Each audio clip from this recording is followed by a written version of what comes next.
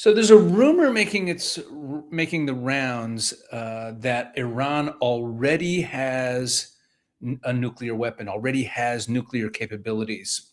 You might have seen this on the internet. It's certainly being amplified by certain Iranian outlets that we're going to take a look at. I believe that what we're seeing here is an interesting little game of information warfare, that the propaganda warfare that the Iranians are engaged in here. So we're going to get into this rumor in this video. That's what we're going to unpack. And I think it's very interesting. It's worth thinking about. So let's take a look at the reporting, so to speak, of the original source. Former CIA analyst claims Iran is on the verge of becoming a nuclear power. This is from WION. This is an Indian news outlet, and it's just from yesterday. Here we go. Former CIA analyst Larry Johnson, who has alleged that Iran is on the absolute verge of declaring itself a nuclear power, has threatened to detonate a nuclear bomb. In the Judging Freedom podcast hosted by Judge Andrew Napolitano, a former New Jersey Superior Court judge and prominent libertarian legal analyst, Larry Johnson claimed that Pakistan's Deputy Prime Minister Ishaq Dar personally passed a red alert message to the U.S. Secretary of State, Marco Rubio. This put the May 29th meeting between Deputy Prime Minister and Foreign Minister Ishaq Dar and U.S. Secretary of State Marco Rubio in focus, raising questions about the nature of the talks, even though the official explanation was about bilateral cooperation. Pakistan's Foreign Office categorically denied the claims that it has shared a confidential report about nuclear activity and called these reports speculative and false. However, according to Larry Johnson, Iranian President Masoud Pezeshkian has informed Pakistani Prime Minister Shehbaz Sharif about this development. A similar claim was repeated by geopolitical analyst Pepe Escobar, stating that Iran would demonstrate its nuclear capability through a domestic test explosion. Johnson said that the recent shift in U.S. tone, specifically towards Iran's Supreme Leader Mojtaba Khamenei, and the verbal spat with Israel's Prime Minister Benjamin Netanyahu was a result of this development. In other words, the recent shift in talking about Mojtaba Khamenei is that President Trump said he'd like to meet him. So it seems that he's getting a little bit more respectful of the Supreme Leader, who has still yet to be seen in public. And the spat with Prime Minister Netanyahu, that maybe this is, where they're implying that maybe President Trump is getting a little jittery and is showing more deference to the Iranians. Furthermore, Johnson posited that Iranian authorities might have purposefully conducted this phone call over an unsecured line to allow Western and Israeli intelligence as a calculated strategic risk. Larry Johnson previously made another viral claim on April 20th, 2026, so a little over a month ago, when he first alleged that President Trump had a blow up with General Dan Kane over accessing nuclear codes. Former Fox News anchor Andrew Napolitano pressed prominent Iranian academic and advisor Dr. Sayed Mohammad Marandi in his podcast to provide verification about the phone call. This guy, Marandi, Professor Marandi, Dr. Marandi, he's a spokesman of the Iranian regime who goes on lots of shows. He goes on Piers Morgan and other shows speaking on behalf of the Iranian regime, although he never acknowledges that he's officially a spokesperson. He neither acknowledged nor denied the speculation. He suggested that while there is a theocratic decree, late Ayatollah Ali Khamenei, that Mojtaba could alter that by issuing a fatwa. There's some typos in this WION news story, basically saying that even though there was a fatwa against creating a nuclear weapon, which is what they announced as cover for their nuclear program, that Mojtaba could issue a different fatwa. But he added that there was no current sign indicating a change in Iran's nuclear doctrine. Traditionally, under the decree of the late Ayatollah Sayyid Ali Khamenei, production and stockpiling of weapons of mass destruction was haram. Okay. Oh, just by the way, a note about the word Sayyid, which you see in some of these names. Ayatollah Sayyid Ali Khamenei and Professor Marandi is called Dr. Sayed Mohammad Marandi. Anytime you see a name, a Persian name that includes the word Sayyid or Sayed, what it means is that this person is allegedly is a direct descendant of Muhammad. It's a sign of nobility. It's a sign of a different status in the society that you are a direct descendant of Muhammad. Anyway, that's what the word Sayyid means. That's irrelevant. Okay, so here's the story. This is the story that Iran is on the verge of becoming a nuclear power, and it's citing this former CIA analyst. And the story was amplified by Iranian state media right here. The story behind the Pezeshkian Sharif call. Did Iran threaten a nuclear reveal? And look at this. Speculation has intensified within international geopolitical circles following claims by prominent political analysts that Iranian President Masoud Pezeshkian allegedly informed Pakistani Prime Minister Shahbaz Sharif of Iran's readiness to unveil a nuclear weapon. The claim was initially brought to light by former CIA analyst Larry Johnson, who alleged that Islamabad had transmitted a message to Washington, warning that Tehran might soon debut a nuclear bomb. Renowned geopolitical analyst Pepe Escobar subsequently repeated the claim, asserting that President Pezeshkian explicitly shared this development with PM Sharif during a phone conversation, stating that Iran would, if necessary, unveil its nuclear capability through a domestic test explosion.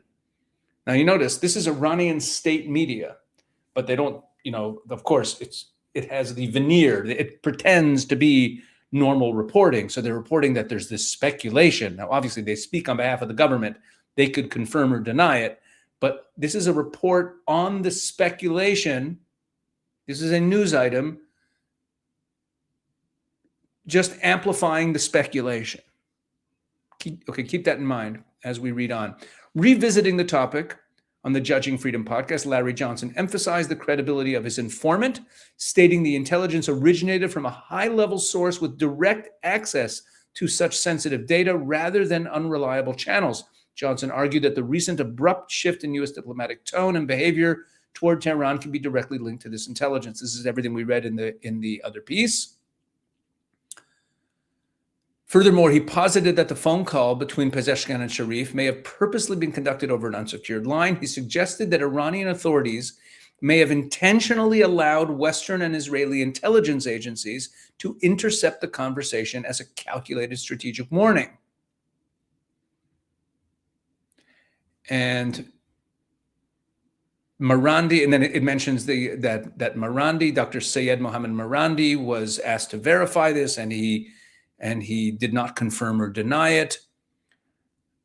And there we go. Historically, the late Iranian leader Sayyid Ali Khamenei had issued a binding fatwa declaring the production, stockpiling, and use of weapons of mass destruction, including nuclear arms, as strictly and eternally forbidden under Islamic law. Iranian officials have routinely pointed to this religious prohibition for years to counter Western proliferation concerns, because if there's a fatwa, we shouldn't be concerned, right?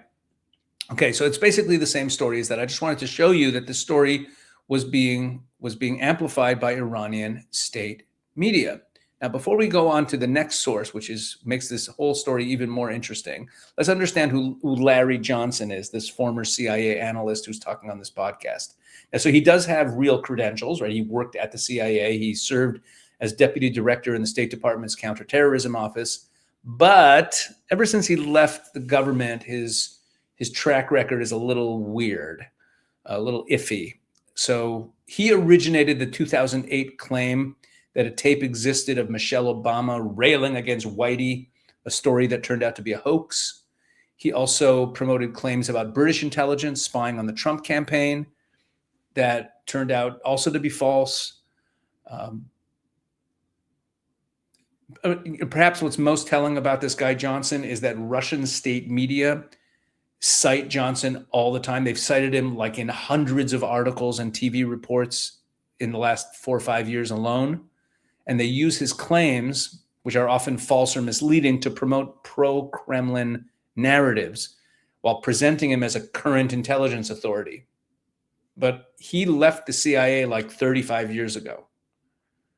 And the specific claim being made here, notice that Pakistan's foreign minister denied it. He called it speculative and false.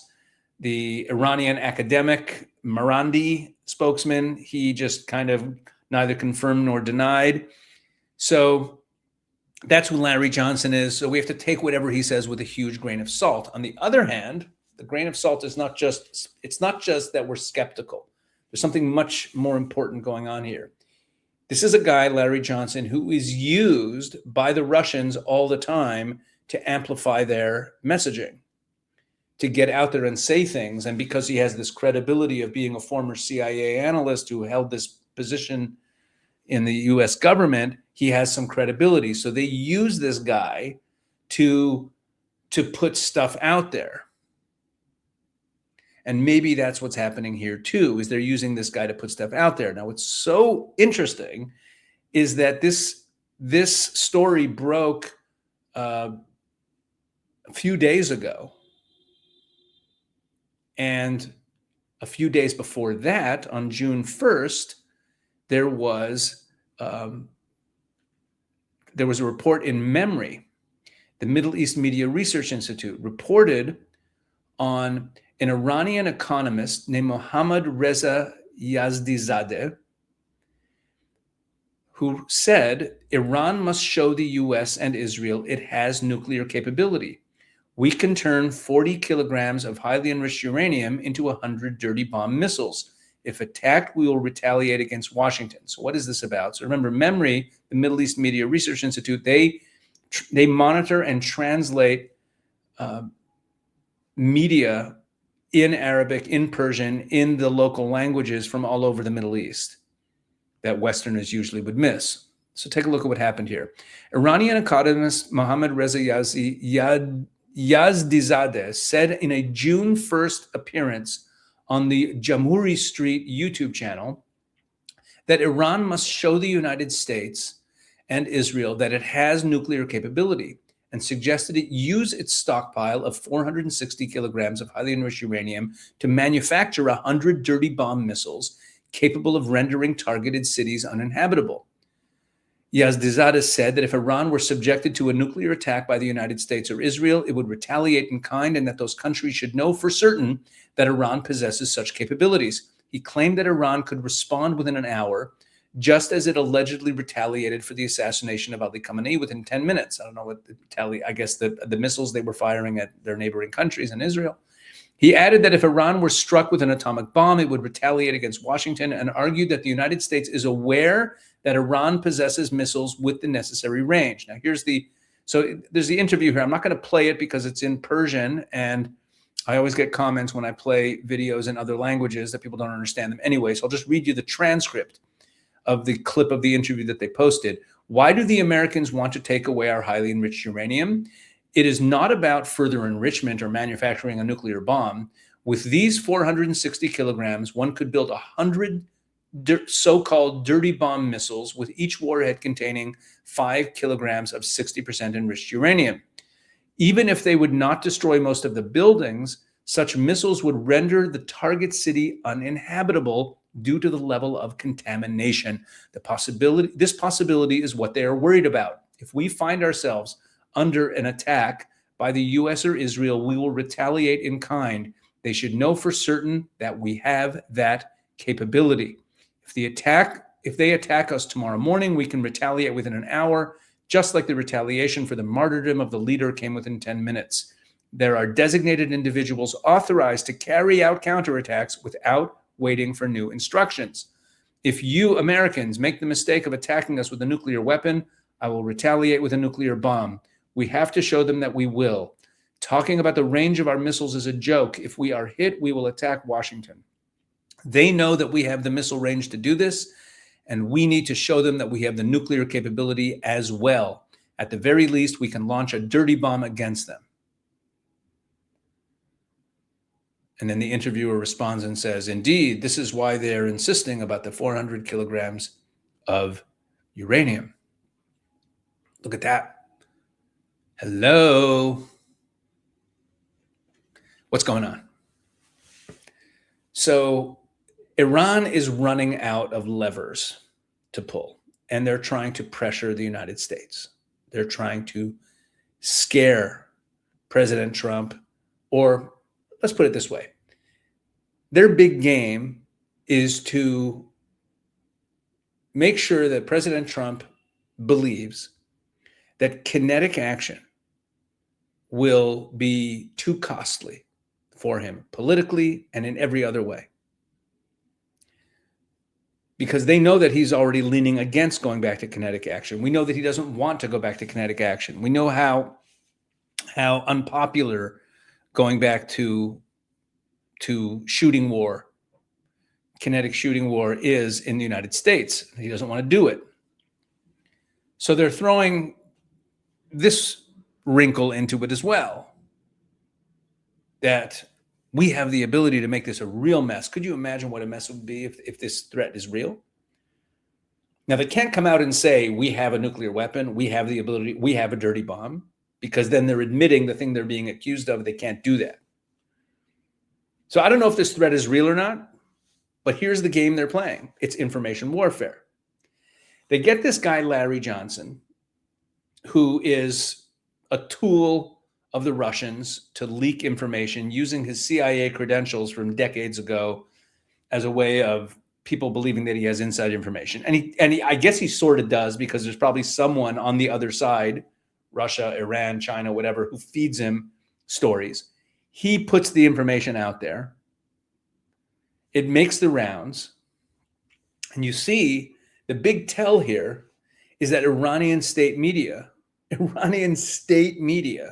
it's the government themselves, runs just an uncritical story reporting the exact conspiracy theory, maybe allegation, this exact allegation from Indian media where there's an article done. They basically run the same story in Iranian state media, amplifying the speculation, meaning that they have an interest in amplifying the speculation that Iran already has some nuclear capability. And lo and behold, this happens in the same week as this prominent Iranian economist goes on this Iranian podcast, this big Iranian podcast, and says what I just read to you about creating a dirty bomb and how Iran should do that. And we should let the world know we have these capabilities. Again, never saying that they have it already, never saying that they've made the bombs already, but I see some coordination here, that this is a new tack. This is a new approach in their propaganda war, in their information warfare, to put the whispers out there and get people believing that they actually do have nuclear weapons capability already. So this is an interesting one. We're going to watch it and see if we see any more of this, or is it a one-off? Is this rumor going to go away now, or does this now become a new part of the narrative? We'll see where it goes. But it is also interesting that they say that Trump bending, because they believe that they're getting Trump to bend to their will. And to be honest, they kind of are in some ways, most notably in Lebanon, where Trump is pressuring Netanyahu to back off and to de-escalate. And that's all because the Iranians are demanding it as a precondition for moving forward. And in Iranian state media, they talk all the time about how, you see, this shows that we still have geopolitical influence, that we're getting the Americans, we're getting Trump to rein in Netanyahu. That shows how powerful we are. Trump is unwittingly handing leverage to the Iranians by pressuring Netanyahu. I've said this before in over the last week or two, that Trump has it completely backwards on the Lebanon thing. He thinks that if Lebanon is quiet, he has a better chance of a deal with the Iranians. Or that he has better leverage against them, and it's just the opposite. He would have better leverage against them if Israel was hammering Hezbollah every day. In any event, they're looking at this going, you see, we have Trump. He doesn't want to go back to warfare, and now we're going to threaten this. The last thing Trump wants is the chaos. Could you imagine if Trump goes back to kinetic warfare and there's some dirty bomb that goes off, God forbid, and who knows what kind of apocalyptic damage that could do to some country or some city. And if they do that, and then everyone's going to be looking at Trump, and it only makes the war look worse. They know that Trump doesn't want that. It's the last thing he wants. So they're using these threats, but they can't threaten it openly because that would be an admission that they have the weapons. So they have to threaten it this way, by leaking this information through some dubious source, get it out there, amplify it in their own state media. Meanwhile, they have this economist go on this show and also say similar things.